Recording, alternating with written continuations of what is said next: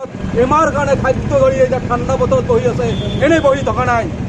ভাৰত চৰকাৰে, নৰেন্দ্ৰ মোদী চৰকাৰে যি কৃষক বিৰোধী আইন তিনিখন ইয়াত আনিছে, সেইখনৰ কাৰণে কেৱল হাৰিয়ানা পাঞ্জাৱে নহয়, গোটেই ভাৰতত চলিছে আন্দোলন। আৰু সেই আন্দোলনৰ সমভাগী হৈ আমাৰ অসমত আমি ধুবুৰীবাসী ৰাইজে এই আইনৰ তীব্ৰ বিৰোধিতা কৰিছোঁ।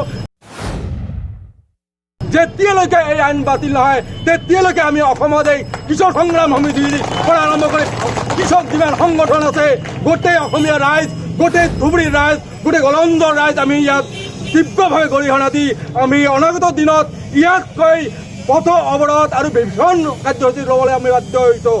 আমি চৰকাৰক অনতিপলমে অনুৰোধ জনাইছোঁ, তেওঁলোকে কৃষকৰ দাবী মানি লৈ এই ঠাণ্ডা বতৰত এই বৃদ্ধ আবাল বনিতা আমি হাজাৰ হাজাৰ মানুহ বহিছে, তেওঁলোকক সন্মান দি তেওঁলোকৰ দাবী মানি লৈ তৎক্ষণাত এই আইন বন্ধ কৰিব লাগে, তাৰ কাৰণে আমি আহ্বান জনাইছোঁ।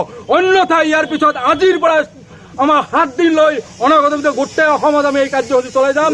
ইয়াত আমি কৃষক সংগ্ৰাম সমিতিৰ পৰা আৰম্ভ কৰি গোটেই ভাৰতৰ যিখিনি সংগঠন আছে, কৃষক সংগঠন, ধুবুৰীত যিমানবিলাক সংগঠন আছে, আমি একত্ৰিত হোৱাৰ কাৰণে, এই কৃষক ৰাইজক আমি সংগ দিয়াৰ কাৰণে আমি হয়তো ইয়াৰ পৰা যোৱাব পৰা নাই, কিন্তু আমি ইয়াৰ পৰা নৈতিক সমৰ্থন আমি সেইকাৰণে আহ্বান কৰিছোঁ গোটেই কৃষকখিনিক।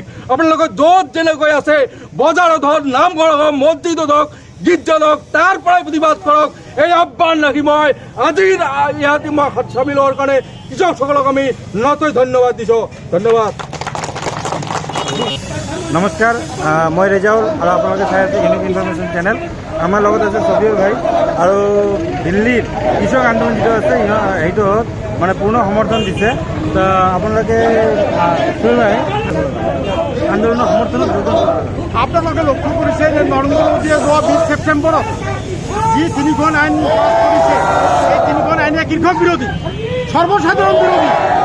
এই আইনৰ লগত দেশৰ মানে শ্ৰমিক, কৃষক, সকলো স্তৰৰ মানুহৰ এটা সম্পৰ্ক আছে। গতিকে আমি অসমৰ পৰা এই আন্দোলন তীব্ৰ বিৰোধিতা কৰিছোঁ।